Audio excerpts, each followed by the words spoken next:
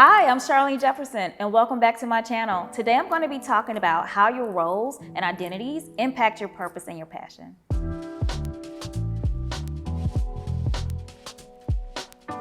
So when I think about roles and identities, especially for women, when I think about me, right, and how I felt being in corporate America and just kind of working up against my peers, fellow women, also men, I just felt like I had to do more from a woman's perspective, because in leadership, it was male dominated, but also there wasn't a lot of diversity. You know, I'm a Black woman, and so I felt like I needed to do more than the male counterparts. Those pressures really made me, really put a lot of stress on me to understand, okay, how can I be better? What things can I learn? How can I develop and grow myself so that I can be, seen as equal or equitable to my peers?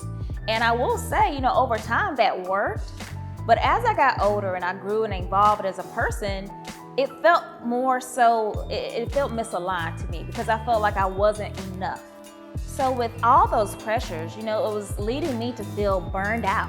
Can you relate to that? Wanting to really live up to all these identities and these roles that we're carrying on, mom, mother, sister, all of these roles we're battling with, trying to be successful in these roles and really make a great impact on these roles. But then you start to feel burned out because you may not do as well on a day-to-day basis. And that burnout really leads to you questioning your purpose. It really leads to you questioning, the meaningfulness of what you do and how you do it. If that's the situation you're in right now, then this video is really gonna help you, because we're gonna talk about how do you meet these roles? How do you live into these roles without getting burned out?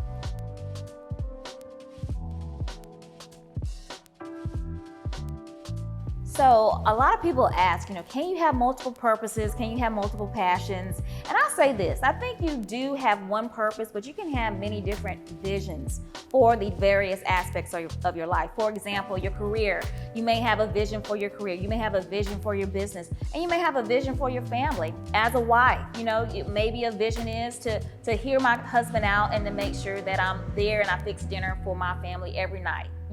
That might be your vision. For your career, it may be that you want to make sure that you're moving up in leadership every 2 years. Maybe you have a vision for your finances. Maybe it's to get out of debt or to pay down the student loans or even to buy a home by a certain age. These are different visions in various aspects of your life.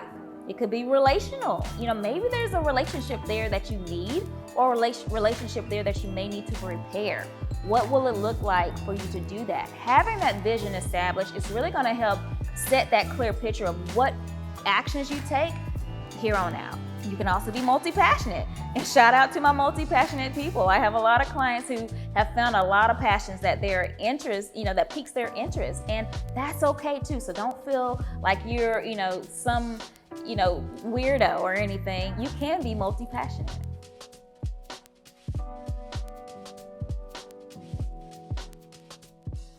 We've all been asked as a coach, is there a difference between your passion and your purpose? And I do think there is. I think your purpose is the thing that, is much bigger than you, right? It's the way you impact and inspire others with your gifts, your talents, that allow them to be and live into the best version of themselves, right? It's bigger than you, it's for others. Whereas your passion is that thing that energizes you. It's a drive that you have to do something or to be with someone that really makes you feel energized. You just wake up in the morning, it's like, boom, you're on, right? And so that's the difference I feel between passion and purpose.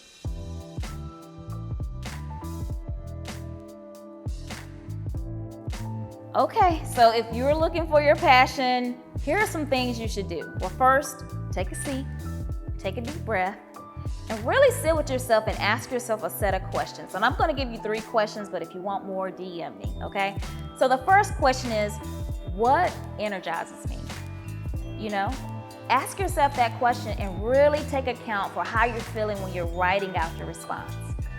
The second question is, when I wake up in the morning and I go out into my day, is there something that I just get lost in time doing? What is that thing that gets you lost into time, like where time just, eludes you because you're enjoying what you're doing so much? What is that thing? And the third question is, what is it that you're truly devoted to? Like, what is that thing, or is it a person or a place, a charity or whatever that it may be? What is that thing that you're truly devoted to? It won't escape you. I don't care what you're doing in your day. It's on your heart to be a pleasure to it, to serve it. What is that thing? And so those are the three questions I want you to ask yourself when you're looking for your passion. And when you're really trying to figure out your purpose, there's really only one question I want you to ask yourself. And it could be responded with this long story about who you are or who you want to become. But the question is, when you're writing a story of becoming the best version of yourself, who are you playing in that story? And that's going to help lead you to your purpose.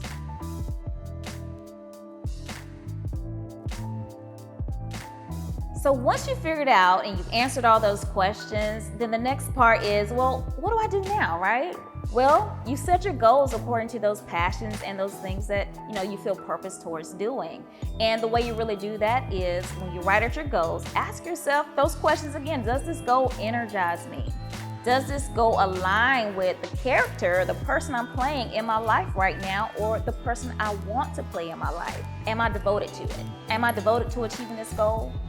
Am I convicted to achieve this goal? Because I think a lot of people don't go after their goals because they're truly not interested in it. They're setting goals that other people have told them that they need to go after and that do not align with what really convicts them and what really is aligned to their purpose.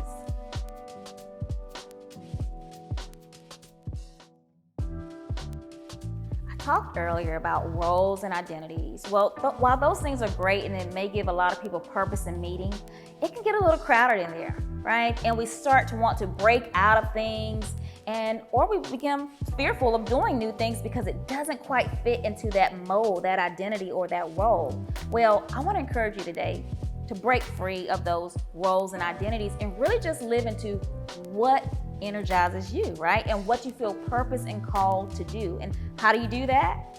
Well, begin to do some personal development. Begin to think and ask yourself, what is one thing that I can do that will change the trajectory of my life and allow me to live my most authentic self, and how to do things that genuinely serve the best version of me.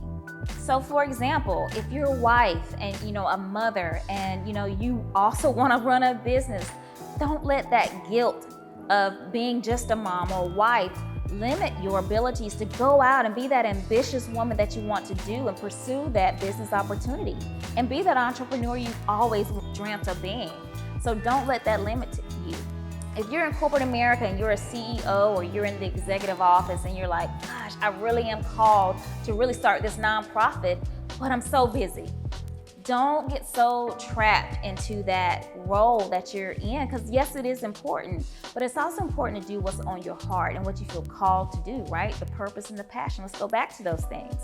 Go ahead and give yourself permission to color outside the lines, to discover who it is that you want to become and to live into the best version of yourself.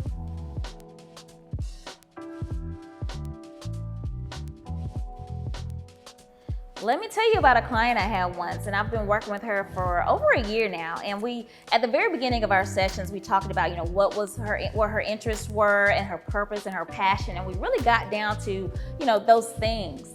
Well, within 6 to 8 months, of her accomplishing some goals and really doing some discovery, right? And really applying the concepts and the strategies that I've given her, what she's found is that she was able to master some of those things. And it led her, as she grew and evolved, to maybe some opening herself up to newer passions and purpose. So while she started out with that one thing, it opened her up to learning something new about herself. She discovered that she wanted more, and she went after more. So can your purpose and your passion change? Absolutely. We are constantly growing as people, and we're evolving. And so our purpose and our passions obviously will evolve as well. If you're ready to take the next step towards fulfilling your purpose and your passion, then here are some ways that I can serve you. I offer private one-on-one coaching where you and I talk. We really sit down and we talk about, where are those things that you want to do, but maybe you're not doing them yet? Or what are those things you feel like you are doing, but maybe not as successful as you want to be in? We'll sit down and we'll talk about those things privately one-on-one, and we'll develop a strategy that will allow you to become the best version and show up in the best version of yourself in every aspect of life. There's an African proverb that says, if you want to go fast, go alone. But if you want to go far, go together. And so I offer a group coaching program where you get to stand alongside ambitious women who are in your same shoes, who are going through the very same things that you're going through, who want to partner with you to elevate into the best version of themselves and show up in their career, in their lives, and in their business in the best version of themselves.